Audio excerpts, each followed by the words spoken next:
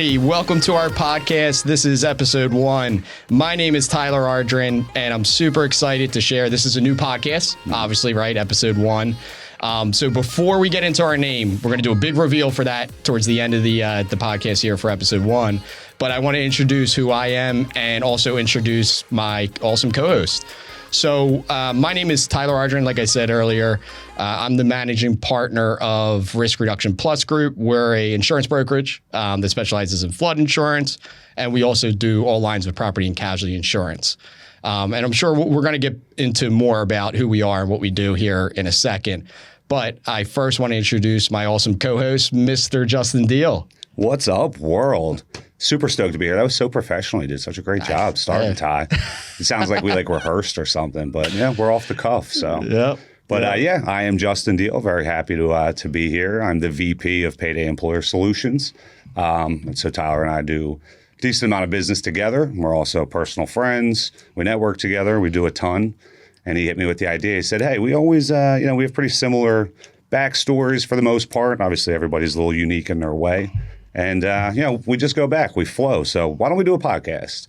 And it was something, honestly, it's been on the back of my mind for a while. So I appreciate you making us both take action on this. Yeah, dude, for sure. Same boat as you. I've been wanting to do it for, 2 years or whatever. And randomly, I met Joe, who's helping us with the production and everything.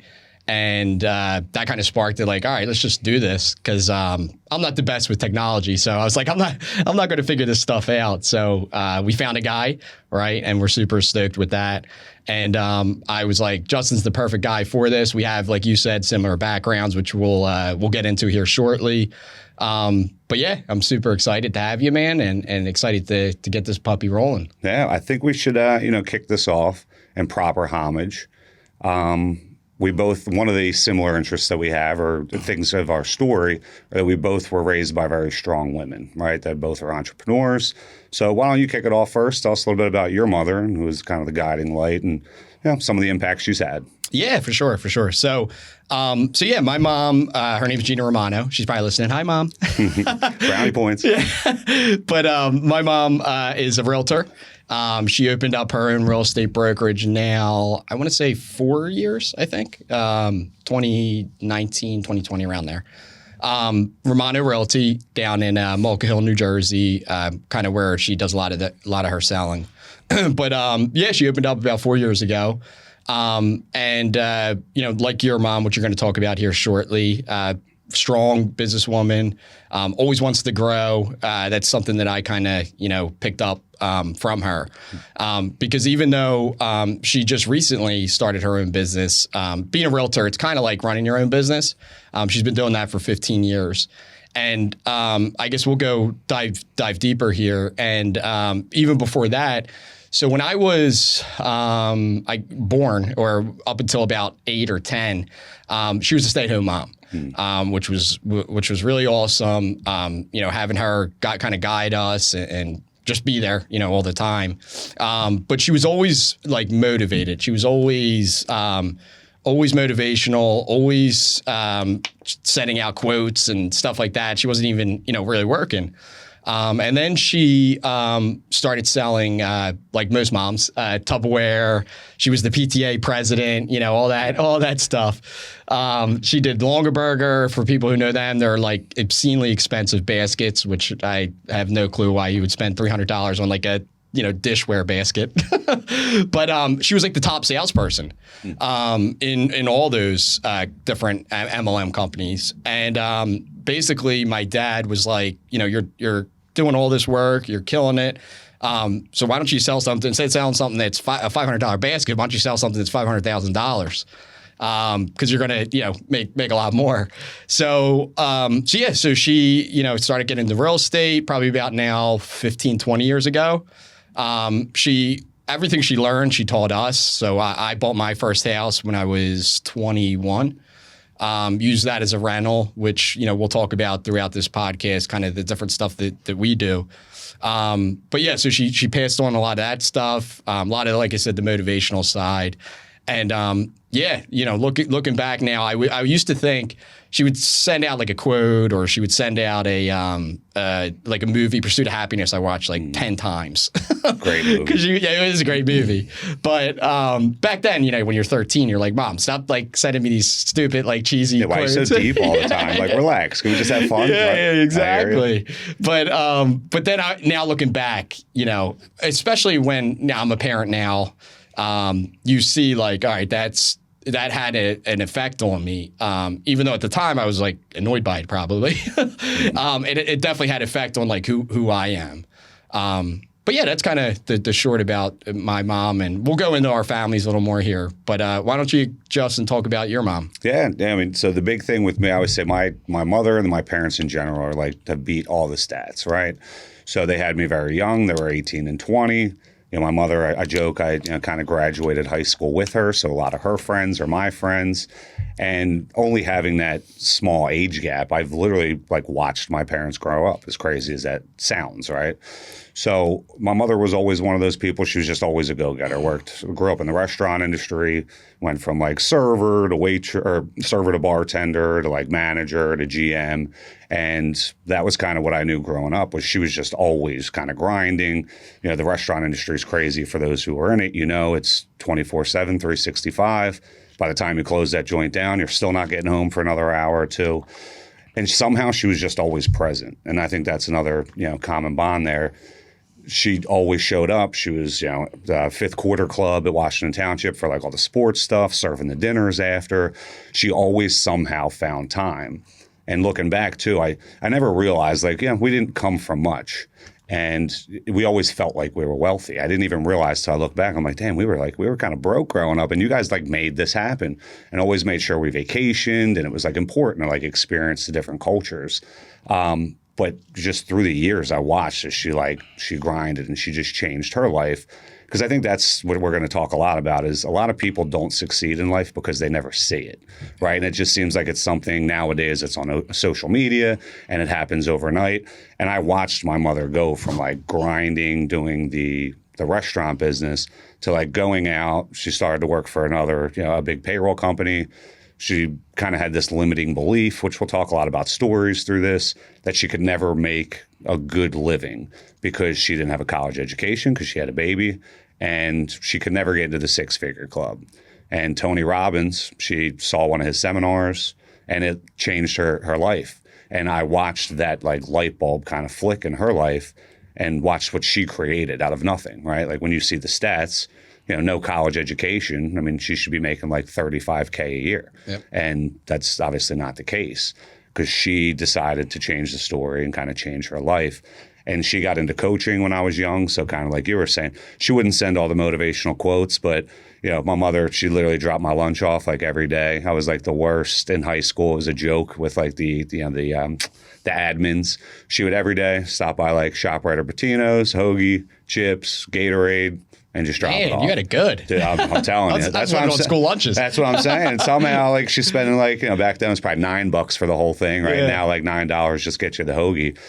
But she made it happen. And it was like, and I always just saw what consistency and persistence did.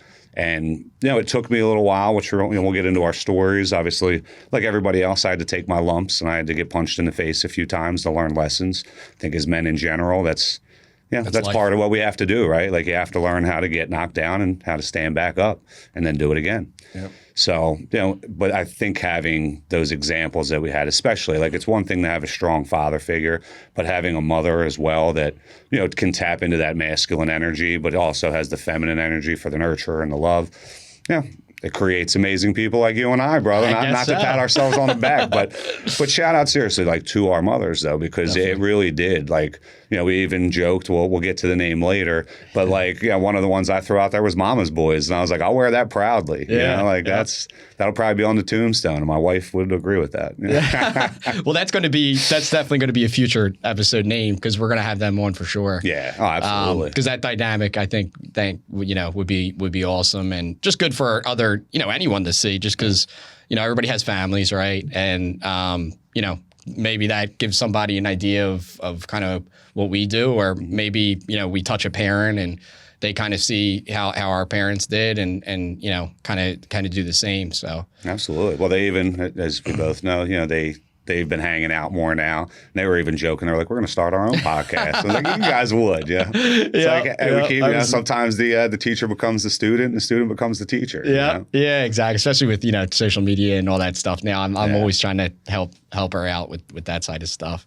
Yeah. But no, it's funny that when you're going over your story. So my mom had me when I was, I think, 22 or 23. Super young. She's only, I think, she just turned 55. Okay. Yeah, they're the same age then. Yeah, so she was 23. Yeah, she was 23 when she had me.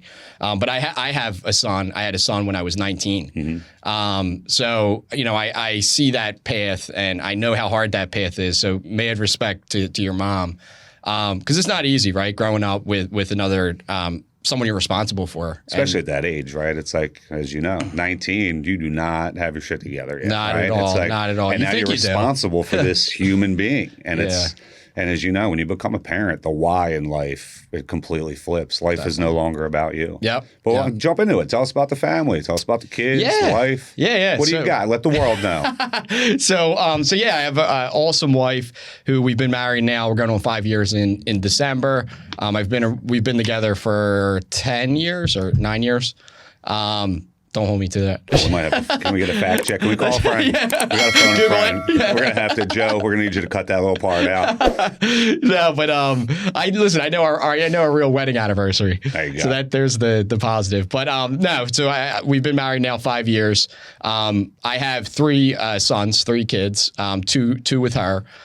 Finn and Leo, who were both under 2, and then my oldest son Chase, who, like I was saying before, I had when I was 19. He just turned 13. So it's cool because I got to experience growing up with my son Chase. But I also, and not to I guess not to be harsh with this comment, but I also saw like the I guess things I did wrong, maybe. Sure. With parenting him, because you think you know everything at 19, but God, you don't know anything yet. Yeah. And so I learned different things, and one of the top things is being present. And you kind of brought that up with your mom, right? And I was as present as I could be, but I think I could have been more present with my son Chase. And one, I was young, trying to figure out what my career path was, what I was going to do for a living. At 19, I had no idea, right? Mm-hmm. But then, now I get to see my two youngest sons, and just seeing how fast, my son Chase grew, and now he's like, he's 13, right? He's a teenager. He wants to do his own thing. He wants to be with his friends, which, I get. I remember being 13. It wasn't too long ago. Yeah. But, I still get with the 2-year-old who's turning 3 at the end of this month, actually. I walk in, the whole daddy, super excited, hugs me. So I make sure to really take that stuff in, because I just know how fast, it goes, and how fast it went with my oldest. So I try to be as present as I can be. If it's at night, I try to put the phone down. It's so hard nowadays with phones and emails and, anxiety. I have myself, crazy anxiety with, not answering an email, or if someone calls me, which a lot of people say is a good thing and a bad thing. The good thing is if someone calls me, I'm calling them back. Sure. The day of, because it drives me nuts, not like calling them back or responding or whatever. But also it drives me nuts that I got to do that if it's 6 o'clock or whatever, and I'm spending time with my kids. But I try to put that aside, and when they're playing, like play with them, and just try to be there. So I got my 3 sons, my wife, who is awesome. She allows me to, and we're kind of similar in this situation too. She's a stay-at-home mom, and I tell her all the time, and I tell people when I'm meeting them, like, I'm only able to do this type of stuff. I'm only able to be successful, or as successful as I am now, and hope, I'm going to be even more successful in the future. But I'm able to do that because I have such a strong rock at home to where, she's got the kids covered. Like, she's taking them to the doctor's appointment. She's doing all that stuff. And CEO of the household, man. Exactly. I tell her all the time. I say, you're the boss. Listen, you tell me what we're doing on weekends. That's right. Weekend, that's your calendar. Monday through Friday, mine's maxed out. Saturday, Sunday, you tell me. You run that household. That's exactly right. And I tell people all the time, I'm like, listen, that's the hardest job. Like, God, I do it as Saturday or something. Like she goes out and I'm like, I'm texting her within an hour. Like, what do I do if, the kid's crying and the other kid's doing this? Or it's crazy. But yeah, no, I'm super fortunate that to have her in my life. And like I said, it's the part of the reason, it's the biggest reason probably that I'm as successful as I am now. Just because I see the opposite where people have chaotic lives. And, the family's always up and down or, divorcing and stuff like that, which, it happens, right? But when it's a common denominator of happening, everybody knows there's people where there's always something. Where, one thing happens and then a couple months go by and another thing happens and their whole life's in a shitstorm. And, that's hard to get out of that. And it's hard to aspire to be successful when you're so focused on all of that, we'll say drama, of your home life. So really having that strong foundation, is what's got me to where I'm at today. And it'll get me to where I want to be in the future too. So yeah, that's my family. My dad, I'm super fortunate to have two dads. My mom remarried when I was 3 to my father, Rocco Romano. He's a general contractor, has his own business now for probably about 10, 15 years. Before that, he was like in the union and all that good stuff. But what I learned from him was just how to work hard. And I tell people this when I talk about him, or when I talk about myself even, in that, growing up, it would snow and he'd be working. It would rain, he'd be working. It'd be Saturday, he'd be working. And it's not working where, I'm doing on the phones or, I'm meeting somebody at a coffee shop or whatever. It's working on a roof or, pulling out drywall. So, and I did that a few times, only a few with him. And you learned real quick which industry you did not want to work in. I think that's why he did it. Yeah. I was 15 carrying up like shingles and stuff. And I was like, dude, this is like brutal. Yeah, not built for that. No, I'm not built for that at all. But I valued the hard work and soul. And I still think to this day when things are like super stressed, or I got a deadline I got to meet or something like that, and I'm working hard, I'm working, a lot of hours.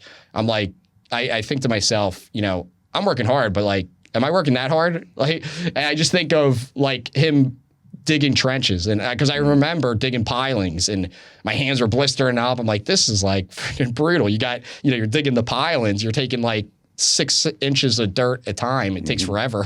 So whenever I'm like stressed or stuff like that, I'm always like, I'm like, I could be worse. Yeah. It could be worse.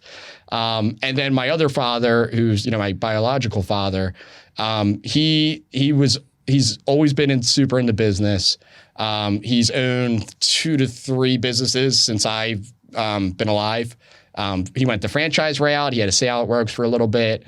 He had his industry is HVAC, more on the manufacturing side. He had his own HVAC business, and then he was a head guy at a very large air conditioning manufacturer. Okay. So he was there probably about 10, 15 years, and then he just recently retired. But he would always instill in me, the hard work thing that like my stepdad, but would always talk about leadership and stuff like that. He sent me to leadership classes.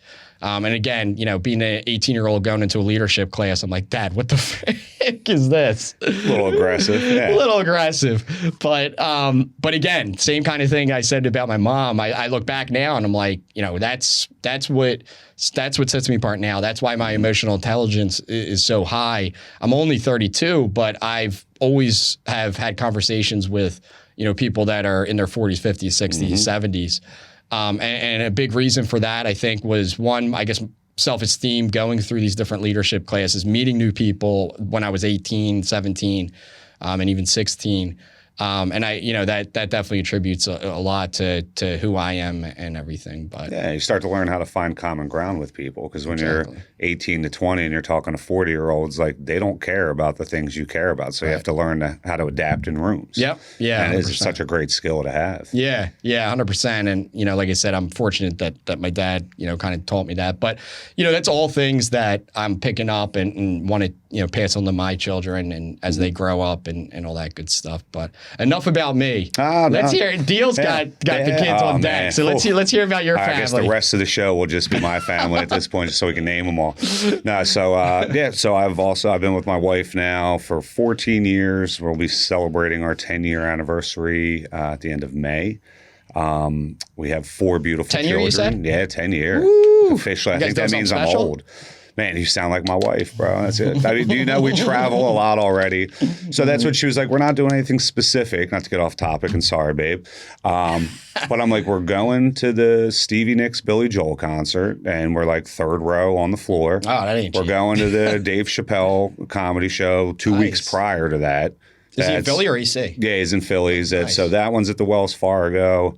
The concert's at the Link, so it'll be outdoors. Awesome. And then we're going to Nashville next week. Oh, God. And so she's like, well, we're not going to go anywhere. And I'm like, pick one, places. pick 2. Yeah. So long story short, I felt bad. So I did. We're going to the Smoky Mountains with the kids the last week of August. Nice. To do like is that Tennessee? Yeah, that's exactly right. I've heard it's gorgeous. Yeah. It's like Gatlinburg and then Pigeon Forge. And then I think it's Saverville. Sorry, Tennessee, if I ruined that.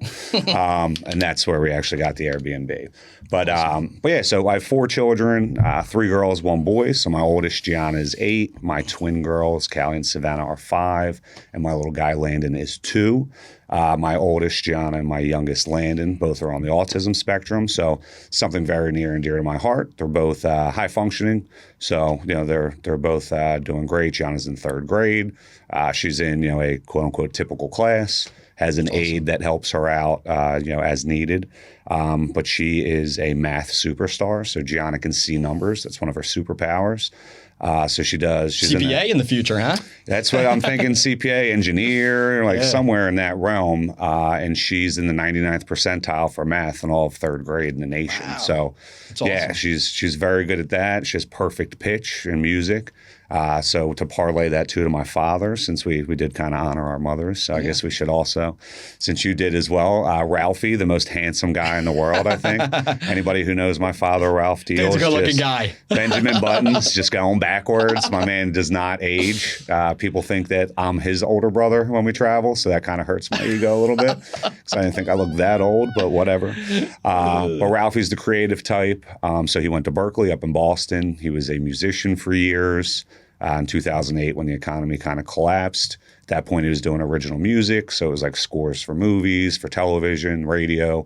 I call them jingles. He calls them original pieces, whatever you want, tomato.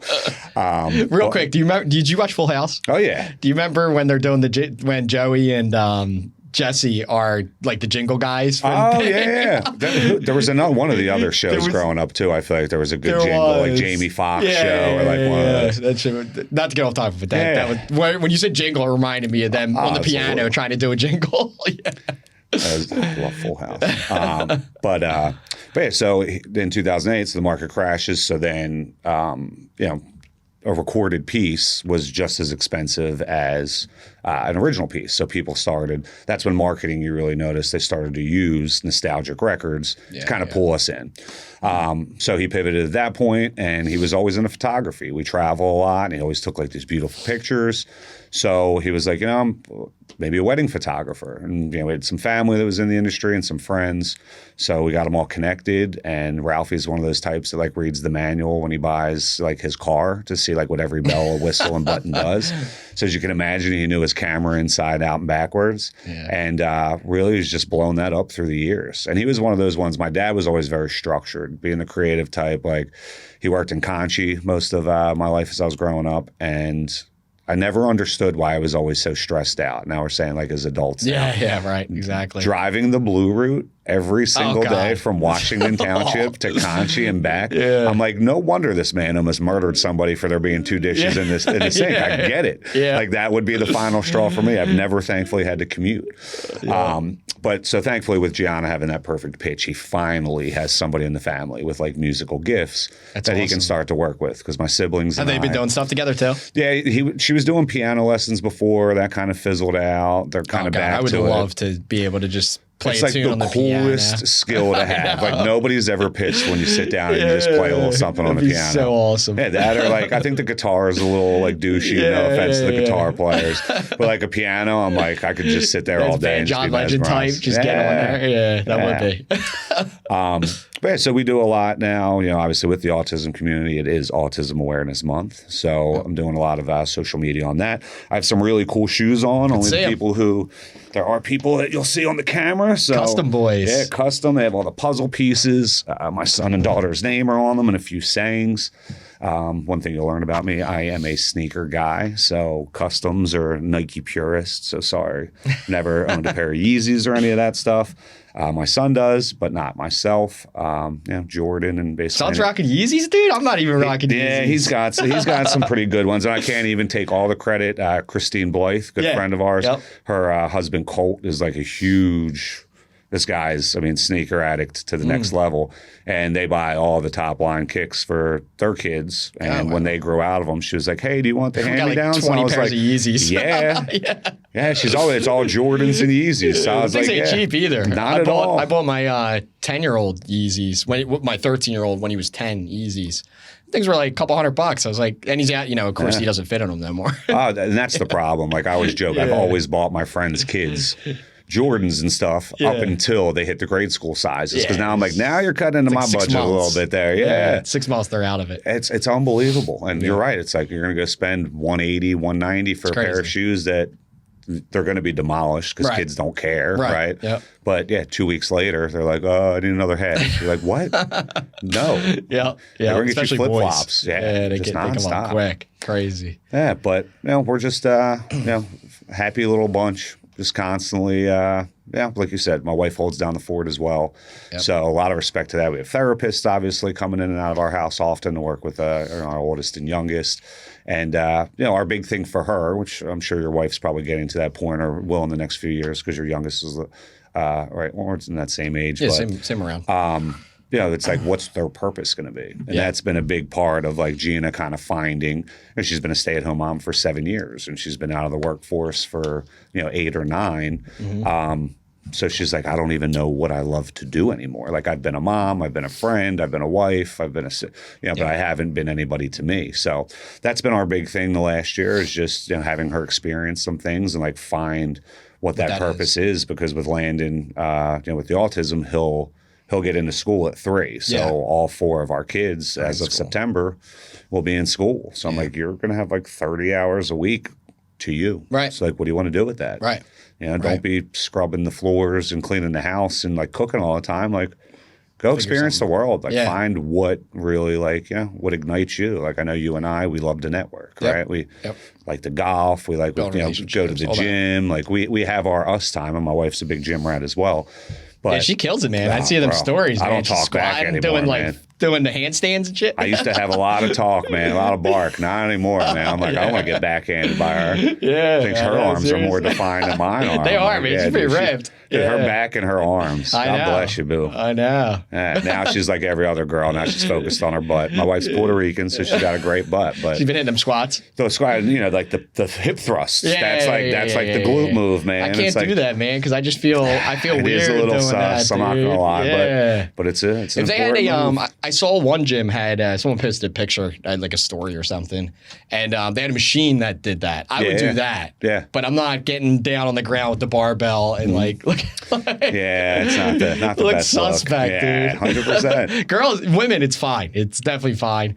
But me being under that, I don't know. Yeah, definitely not the best look. Yeah. But that's hilarious. But one thing I wanted to touch on when you were talking about it, I'm big into watches, like you are in the shoes. Mm-hmm. And Rolex just came out with their new line about 2 weeks ago. Nice. And one of them, it's not officially for autism, but I'll show you after this. It looks like for autism. It has puzzle pieces on it, on the face. Yeah. And it reminds, like I said, I'll show you after. It reminds me of like for autism. A lot of people in like forums and stuff I said that. Okay. Yeah, they're like, "Is this for autism?" It's not, but it definitely looks like it. You have to check it out because that would go with the sneaks, would go. And I mean, we've been talking about these different investment opportunities with the Rolexes. So I love appreciation. Yeah, exactly. Yeah, so I'll get you that info, but it definitely looks pretty cool. Oh, absolutely. But there was something else that you brought up while you were talking there, and it made me think. And similar to your wife, my wife. It wants to figure that out too. Because once, like you just said, once they turn 3, 4, they're getting, to the age where they're going to be in school. And she says the same thing, like, you're always in the gym, you're working, I don't like have that. Same kind of, I give her the same kind of message it sounds like that you gave is, we'll figure out what you like to do. And why I'm saying this is I think that's a big thing is you got to love what you do. Yeah. Because if it's not, it's work, right? Mm-hmm. And work, just the word work doesn't sound fun. Not right? at all. So if you love what you do, you don't treat it as work, right? And I'll give myself as an example, and I think people can relate to this that are in similar shoes. When I go to work, like I don't think anything of it. I'm working all the time, right? Like I just said, you can't put my phone down because I'm always thinking about it. But the reason I do that is because I love what I do, right? And if I treated it more as work, 5 o'clock comes, it's like I'm done for the day, and everybody knows those people, right? Oh yeah. Nothing's wrong with that. It's whatever you want to be, whatever you want to do. But if you don't love what you do, you can't get to that next level, right? Funny you say that. I was literally talking to my trainer about that this morning because we were going over his schedule.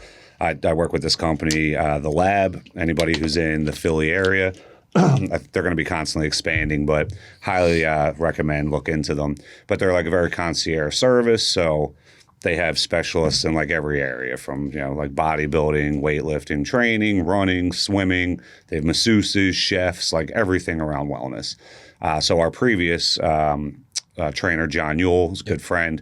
He's kind of being promoted. His real goal, we've been talking a lot business-wise, he really wants to do like retreats. He's going to be like the 4 Seasons guy who brings you in for this whole wellness experience. That's right? Cool. Yeah. So he kind of has that opportunity now with the lab that they're going to start to do that. So now we're working. How old Sean?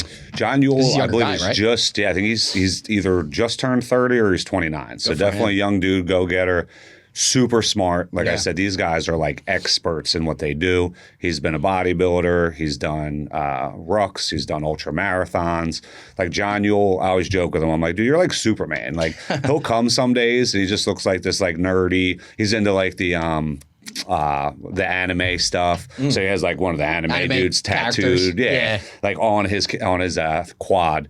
And in like everyday clothes, he's kind of unsuspecting looking, but dude, he like takes his shirt off and homie is shredded. You can't even pinch his body. Right. And he's like the most humble dude.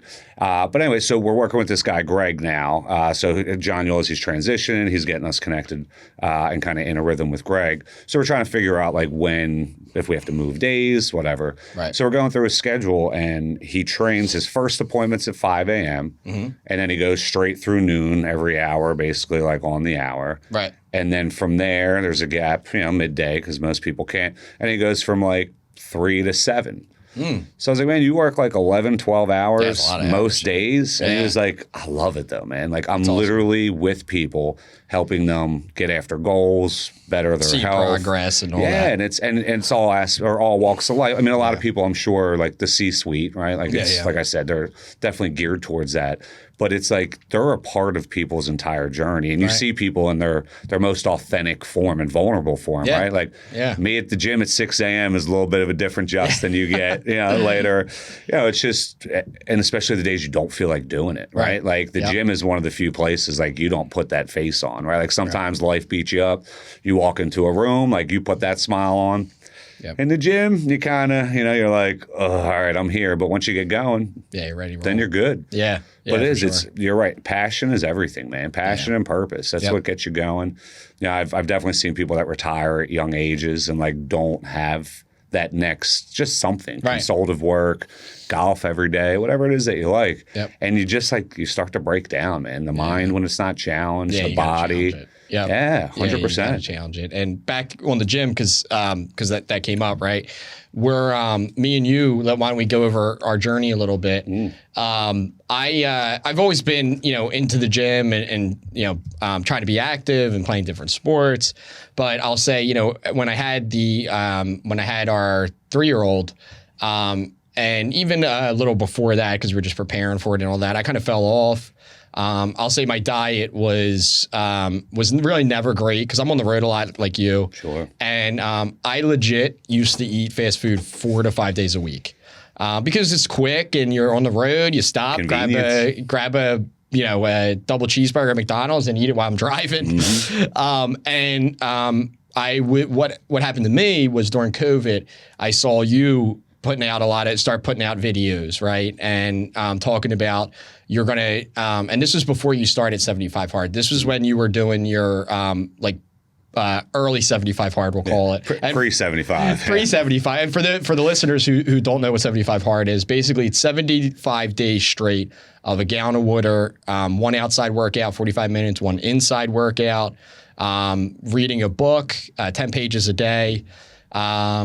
Following a diet, no alcohol, no cheat meals, and a daily progress picture. Yeah, exactly. So anyway, that's what 75 Hard is. But I saw you posting videos, and I know you've been told this many times because I've been there when people have told you this.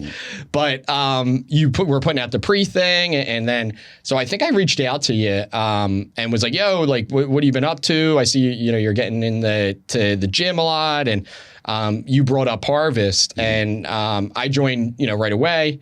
That I think January of 2020, like right when it was starting up and everything. And since then, so credit one to Devin Denofa with Harvest, and I'm sure when we get into what our plans for the show is, he'll be involved at some point. But since then, I started 75 Hard, kind of when you did during I think March or whatever that was. Bang that out, and since then, I mean, I'm in the gym every single morning, 5 a.m.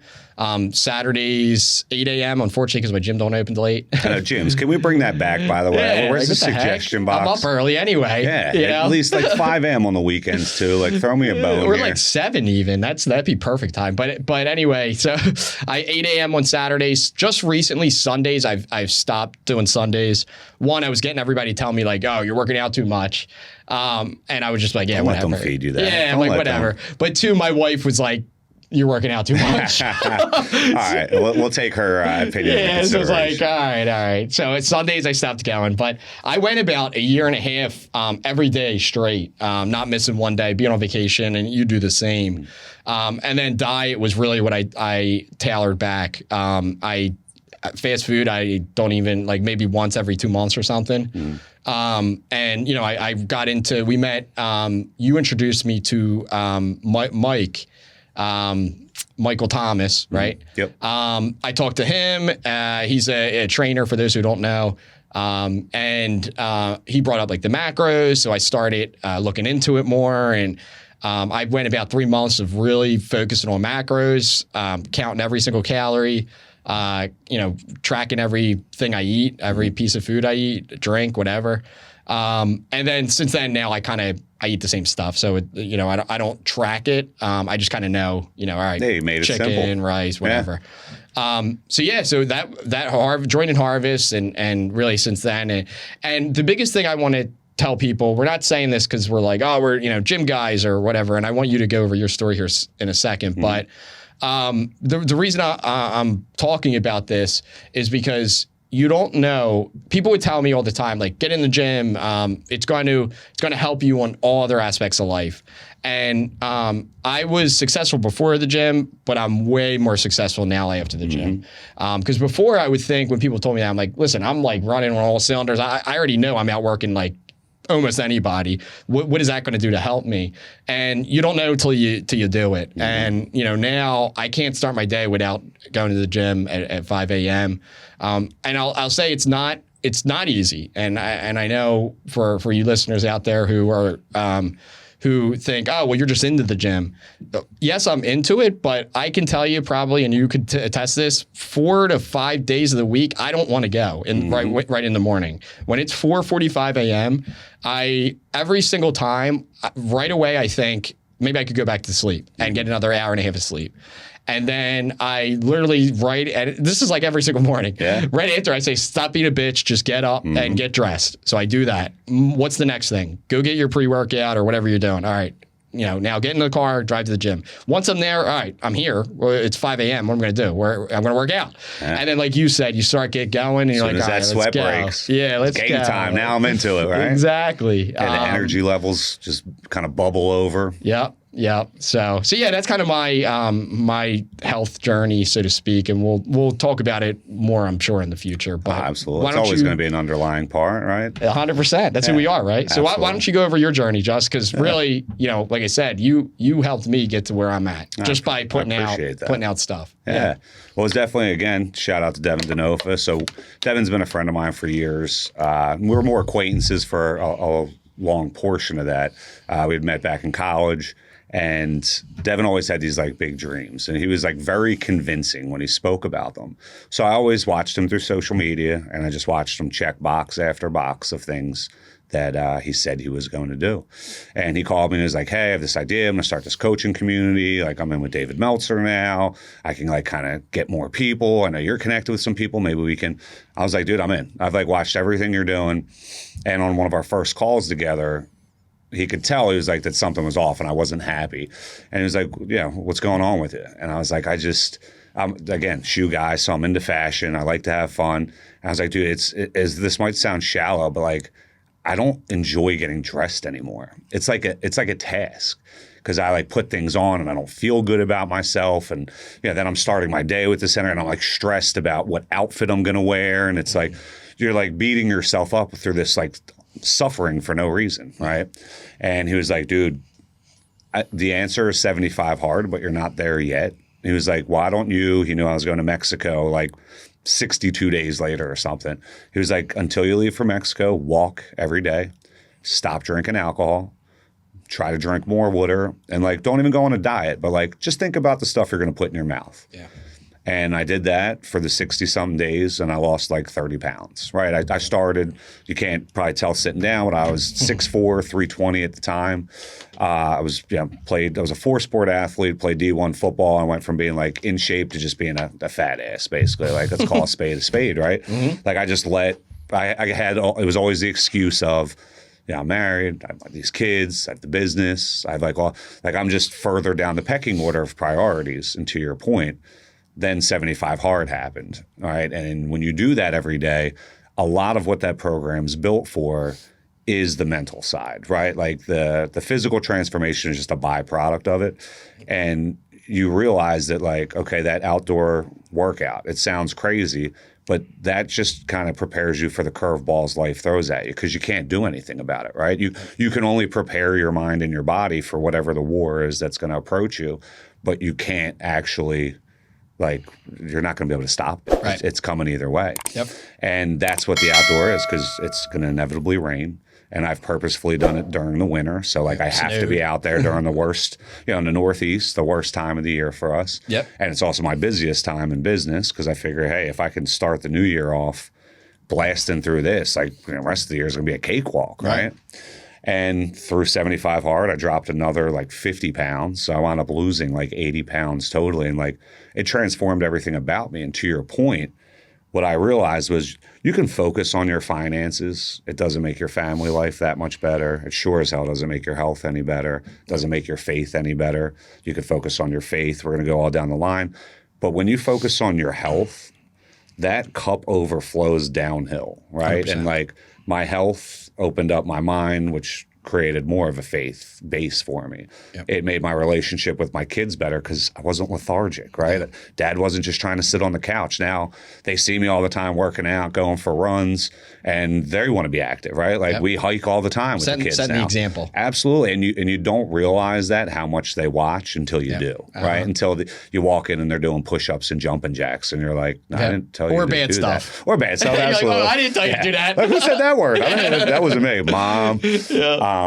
But it was just one of those things that I realized how much impact that had, right? Like we both put out a ton of content and nothing hits, I mean, the kids always hit the hardest, but the health journey always created the biggest buzz, right? 100%. Because it's something every single person deals with. Whether you're in good shape or you're not and you're working through it, like everybody has experienced that at some point and felt like they weren't adequate, weren't enough with their health.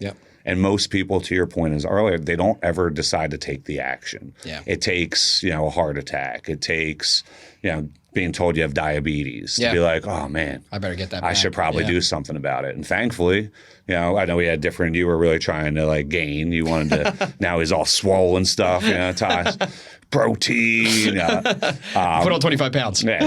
Crush it, all muscle, all in the arms and chest. I love it. A little bit in the legs too. You don't skip leg day. I do not skip leg day. I'm at 2 days now because my wife was saying I was top heavy. So I'm 2 days a week on legs. I was going to say, you always, it's the thing you feel is the weakest that you use the extra day for, right? But that health journey just continued to inspire people, and then comments like yours. Like that's what a lot of it about. I really feel like, I know people like debate about the meaning of life and stuff, not to get all philosophical and deep here, but I really believe our meaning of life is to show other people what's possible. It's like, it's truly that simple. It's cut and dry. Like as you're going to learn with us through this podcast, like we're just two knuckleheads who lucked out by having amazing role models and parents who were smart enough to put other successful people around them and to learn from them and not have egos and think we knew it all. And we absorbed some things. We'll talk about the lessons we learned. One of mine is failing out of college. We'll go down that route at some point. And it's, we took our punches, we earned our dues, and now we just really want to share some mindset, some free game for everybody out there, because there's nothing better than helping somebody make their life a little bit better, 100%. right? And the health part starts that, and then the coaching stuff we've both been through is going to help with that. The people we know that we're going to bring in with different mindsets. So, if you're somebody who just doesn't want to settle for average, and we're going to go through some statistics in a little bit, this is the show that's going to help you kind of break through that. And there's a bunch of other great ones out there. Obviously, we're both Ed Milet and Andy Frisella and Tony Robbins and Mel Robbins. There's all these amazing. Gary Vee has great stuff. But if you're looking for somebody who seems more approachable and available and local, we're looking forward to continue to do this. And that's a perfect segue to get into the plans for the show. Because like you said, we're just two normal dudes, right? And I love that you brought up, learning off people, right? And that's been one of the things that I always have tried to do. And it's why I've done a lot of the stuff I've done, is because I've talked to other people and learned that it was possible. I just bought my first flip. I closed Monday. So we're going to start rehabbing that and all that. But I learned what to do, how to find the proper, like all that stuff by just asking people questions and learning. And that's the biggest thing, is just, trying to learn off people. And I do that in a business sense. And what I mean by that is, I set up these one-to-ones. And why I want to talk about this is because rather than going into that one-to-one meeting and, saying, hey, Justin, my name's Tyler, I sell insurance, I can help all your clients, instead I go in like asking questions, right? And curiosity, right? I always say, be curious. And, asking questions, learning about that person. And And that's how, like I said, I've learned everything that I've done through just talking to different people. So let's get into the plans for the show now. Yeah. But first, we got to do our big name reveal. Sorry, Joe. So I guess you already know the name because I forgot that the camera's showing it on here. I just noticed. And it's obviously going to probably be in the title too when they click on it. Yeah, true. But it's all right. We built our own suspense. Exciting. I was suspended. All right, good. Someone was. So here's our name, Millennial Outliers. And we're super pumped for that. One, shout out to Justin's guy who helped us with the logo. It looks awesome. DJ is the man. DJ's the man. I don't know who DJ is, but DJ made a fire logo. He sure did. So why don't we talk about? So we'll talk about the story, how we came up with the name, and then we'll go into the plans of the show. So I reached out to you and said, hey, like you just said a little bit earlier in the episode, why don't we start a podcast? We got similar backgrounds, which we kind of gave you a highlight of that here earlier in the episode. And I think you guys got the impression that we have a lot of similarities. So anyway, we're thinking of a show name. I forget what I was just thinking of random podcast names and don't lie, we were using ChatGPT. We were using ChatGPT. We could plug that. Hey, shout out to technology, absolutely. man. AI is nuts, dude. Hey, we're trying to give nuggets here. Let the people know. ChatGPT. At least get your brain kind of rolling in the right? Yeah, like 100%. It didn't come up with the name, but it pointed us in the right direction. And that's another thing, like utilize technologies that's out there. We talked about social media earlier, and we'll talk about it more in future episodes, but that's a free marketing tool, right? And same with ChatGPT, like instead of asking it, like, is the world going to end? Like I talk to random people, they're like, yeah, did you ask it this? And instead of like asking it stupid stuff, like ask it something that you do normally. That's how I've learned like a lot of this stuff. So for example, give me a cool podcast name about, young entrepreneurs. A whole list comes up. Write me a sales email for a homeowner's insurance quote that I'm sending to Jesse Jones. I just made up the name. And it writes up an email. Granted, I don't use the whole thing, but I'm like, oh, that's a nice piece. A good template, Yeah, so. It'll do healthy meals too. It gives you step by step. Yeah. It's crazy. So anything that you do, just tell it to do it and see what comes out. I was running through ChatGPT, coming up with different names. I started sending some stuff to Justin here, and I think Justin, when we were texting back and forth, you came up with the whole millennial thing, right? Yeah, I figured that was like our biggest, represent the generation. We felt like, we're obviously there's something about us in that generation that's a little different. And that was I was like, the millennial theme we both like. And you were like, yeah, but we're kind of outliers. Yep. And that's all it was. It was just simple. And we were like, aha. That's the name. Millennial Outliers. That's the name. Boom. And the whole thing was millennial, like up until I guess now, I looked at that term as like a negative because, you see it on news, you see it everywhere, right? Where people, will bring up millennial and these millennials they live in their mom's basement. Oh, I Googled it. Hold on, I'll give you the top. top. Let's hear it. Myths. We're entitled, worthless, lazy. We kill industries. Oh, Jesus. Bad work ethic, and we're financially illiterate. All right, so that's way worse than what I was going to say. Yeah. So even then, I'm like, eesh. So I was like, hey, we're outliers, and like you said, we just came up with the name, and kind of to show that don't like peg us into one, that definition of millennial. And there's a lot of great people out there, like us, right? Where we're not, selfish. We're not whatever those crazy terms that you just said were. And I think it's like anything in that, I'll give the Philly example since we're here out of the Philadelphia area. People all the time, look at our sports fans and they're nuts. They threw, we still hear the whole Santa thing, right? Snowballs at Santa. That was from like the 70s. It's like the 70s, right? Yeah. So when there's like fights or whatever, it comes back out. Oh yeah. And the crazy thing is that's like a handful, and it's every fan base and it's every just segment of people. There's always going to be a few bad apples, and unfortunately, they're the ones that get portrayed. And there's a lot more of us good people and strong work ethics. And I mean, most of the people I know that are younger and millennials that are in our networking world and our network, you know, they're hardworking, they're out there killing it. And, you know, I would say that probably there's a lot more millennials that are, you know, on the positive end of things than in that definition of, you know, all that negative stuff. Oh, 1,000%. I feel like we're the most adaptive. Yeah. Like that's what I was talking to somebody about that the other day of, you know, we grew up really through the entire technology boom, right? From before it, you know, I'm a couple years older than you at 36, but like I played Atari. I don't know if you messed with that at all. My grandma had it, but it was way too old. I messed with like Sega Genesis. There you go. Nintendo, like, Super Nintendo. Grew up with all of that. Grew up where the street lights Windows were the 95. timer to come. Well, before that, though, like before you had like the desktop computer in your home, and it was like you were just going out until the street lights were on, and the bikes on the front lawn were how you knew where people were, and you called house phones. And then we obviously went through we had our first cell phones. I think I was like 11 probably when I had like. I had it in middle school, and then, you know, smartphones started coming out in high school and MySpace and like, so we've used all these different forms of technology. We've used all these social media platforms. You know, we've seen 2 economic crashes. Like, you know, we've become pretty adaptive. And I think because of the technology, I was talking to our good friend Tim Jennings about this the other day, because I was saying I think a lot of us have the goals and passion to, you know, retire much earlier than prior generations. Yeah.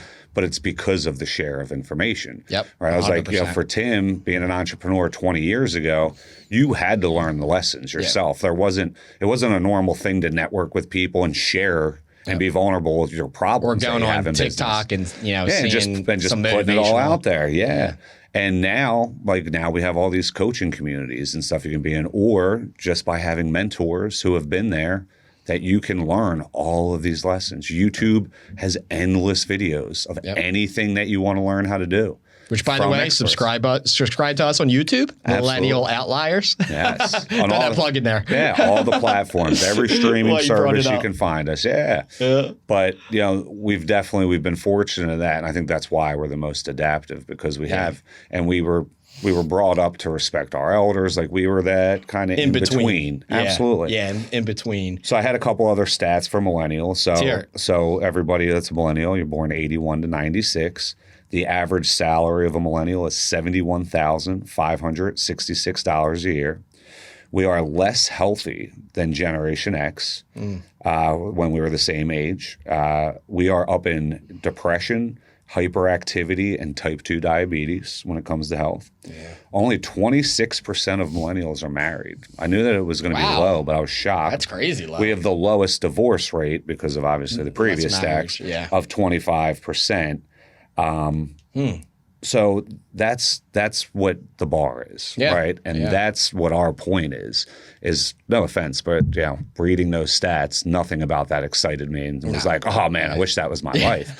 So this show is really geared towards those people that you want better. You want to create something extraordinary. You want what Tony Robbins calls a beautiful state all the time. Yep. You know, I have a motto that we use in our family. It's best day ever, every day, right? Because the bad days are going to come, and you're going to have to deal with those, like we talked about earlier. There's, you know, you can choose your suffering, or life's going to hand it to you. Yep. But at least when you choose it, you're prepping for when life does so. Yeah. It's the whole, you know, being what's the quote? To be a warrior in the garden rather than a gardener in the war. Exactly. Yeah, exactly. It's 100%. And that's what this show is going to be predicated on. Yep. We're going to have a lot of high-level people who are also millennials. I'm sure we'll sneak a few in there that are a little bit older because we just have so many amazing people around us. Yeah. And just share who they are, how they did it, give you some tips. And, you know, just continue to help people grow. Because I think that's what, like we said, we're nothing special, and we're creating something very special between the two of us with different things we have going on. And we just want to enlighten other people who are maybe like on the cusp, right? If you don't want to change yourself, you're not going to. If you hear my words and you're like, yeah, this all sounds like BS. This guy was born with something and he's different. And then you know what? Then that's the story you tell yourself, and that's what it'll be. Right. But it only starts with you taking action. That's it. You can blame others all you want. You can say how easily they got it.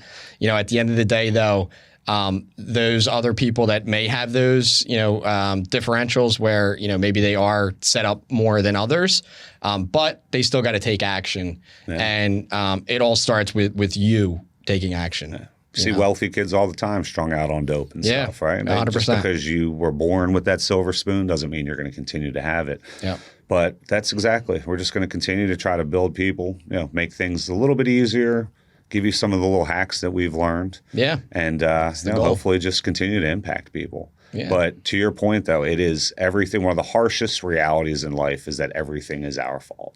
Right? Like, Tony Robbins talks about this. It's not what's in front of you. It's what's inside you. Yeah. Right? So the example is always traffic. We've all been there where you jump in and the guy in front of you, you're like, what is he doing? Why? Like, you're in the left lane, speed up. Yep. But you're not really annoyed with that person. I'm annoyed because I left 5 minutes late and now 100%. I'm running late because that's on me. Yeah. Right. And we do that a lot. Like we'll jump into the parenting stuff. Like we do that as parents, right? We're stressed from work. Yeah. We just got a bad call. Your kid runs in the room and you're like, not right now. Yeah. And that's the big thing is like, I feel like in life, we just have to learn to like take that second, right? Like take the breath. Yeah. Don't act out of emotion. Don't react, right? Yeah, right. Reacting. Yeah. 100%. Yeah. It's like we have to, especially with the kids. Like we both have younger ones outside of 13-year-old son, which is still young, but before 7. Yeah. Right. Like when everything. Yeah. They're just. They're quote unquote programmed by the time they're 7. Like a lot of the rules and values of their life, they're going to roll with. Right. Yeah. So awesome job, Justin, with that summary of the show. I think you nailed it on the head. So I mean, the only thing I want to add is, like you said, we're going to bring in younger guests on the millennial side, and then also, like you said, we'll bring in older guests too, just because we don't want to.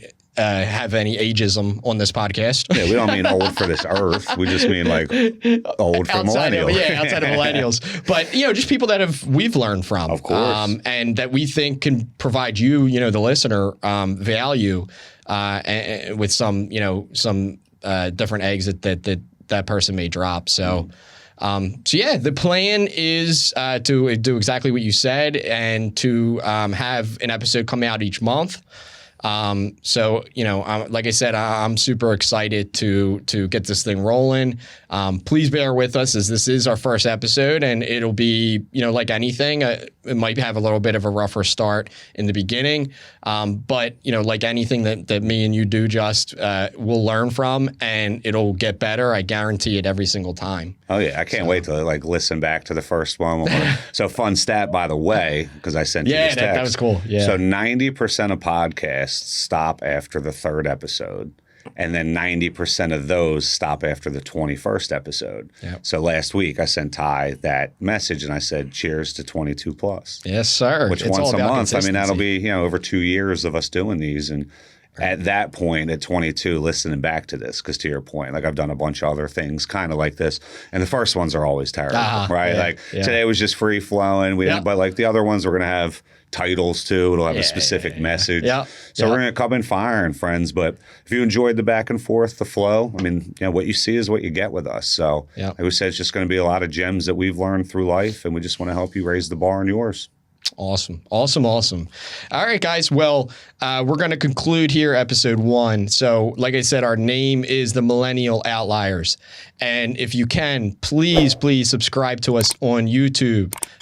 Wherever you listen to podcasts, we will be on Spotify, Apple, podcasts, Amazon, all of the different platforms we will be on.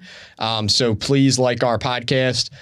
Reach out to us if you have any ideas or you want something that you want us to talk about. We'd be happy to do so. You can follow us on Facebook. Just look up our names, right? Justin Deal and Tyler Ardron. Instagram, you can grab our handles in the show notes. But thanks, Justin, for the first episode. And thank you to everybody who's still with us and listening. And we'll catch you on the next one. Absolutely. Appreciate you taking the action, brother. Awesome. As I always say, friends, best day ever. Best day ever, guys.